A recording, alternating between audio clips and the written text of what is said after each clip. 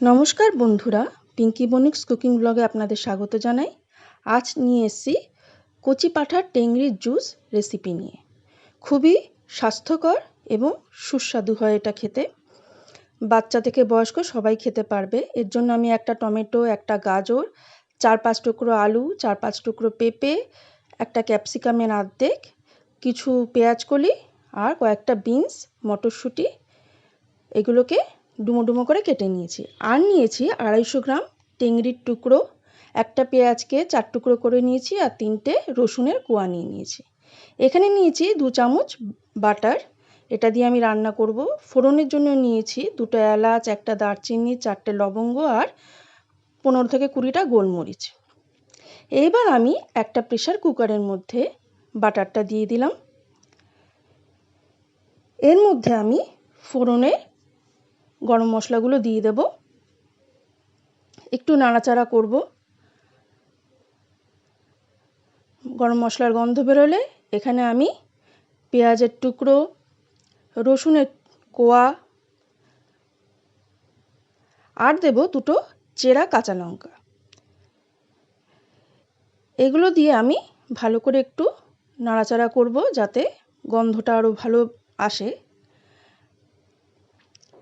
কেননা একটা মাংসের একটা গন্ধ আছে, সেটা যাতে খুব বেশি স্ট্রং না থাকে। এবার সমস্ত সবজিগুলো আমি এর মধ্যে দিয়ে দেব। রান্নাটা খুবই ঝটপট হয়ে যায়, কিন্তু খুবই খেতে সুস্বাদু হয়। সমস্ত সবজিগুলো এর মধ্যে দিয়ে ভালো করে আমি নাড়াচাড়া করতে থাকব, একটু ভাজা ভাজা মতো করব। আমি এগুলো বড় বড় কাট করে নিয়েছি সবজিগুলোকে, কারণ এটা প্রেসার কুকারে সিটি দেব অনেকক্ষণ, তো আমি সাইজে বড় রেখেছি সবজির পিসগুলো।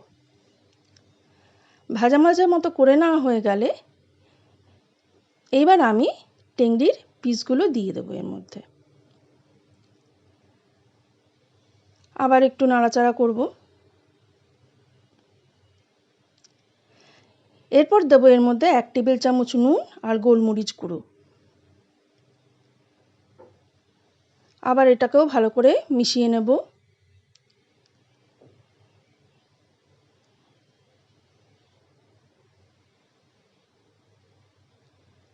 খুব ভালো মতো এগুলো মিশিয়ে নিতে হবে আর একটু ভাজাটা ভালো করে করতে হবে। মিডিয়াম আঁচে সবটাই হচ্ছে।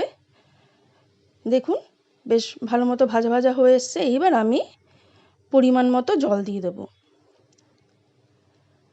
আমি এখানে 2.5 কাপের মতো জল দিয়েছি, আপনারা আপনাদের পরিমাণ মতো দেবেন।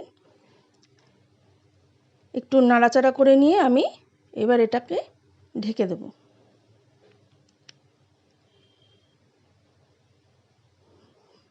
প্রেসার কুকারের ঢাকনা দিয়ে এবার আমি এটাকে মিডিয়াম আঁচে 7 থেকে 8টা সিটি দেব।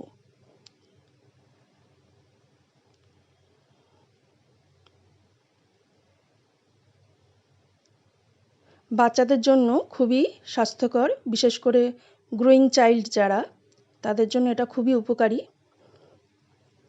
আচ্ছা, প্রেসারের সিটিটা পুরোপুরি শেষ হয়ে গেলে তবেই আমরা ঢাকনাটা খুলব, তার আগে নয়।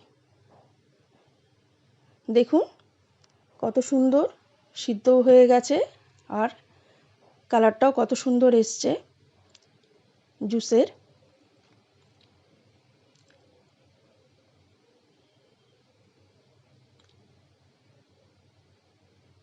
সমস্ত সবজি আমার সিদ্ধ হয়ে গেছে ভালো করে।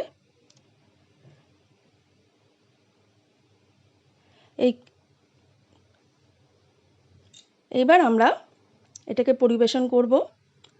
গরম ভাত, রুটি, গার্লিক ব্রেড বা পরোটা, যে যেরকমভাবে চান খেতে পারবেন এটা দিয়ে। খুবই সুস্বাদু, বাড়িতে একবার বানিয়ে দেখবেন, খুবই ভালো লাগবে আশা করি। আর কমেন্ট করে জানাবেন কেমন লাগলো। So please like, share and subscribe my channel. Thank you.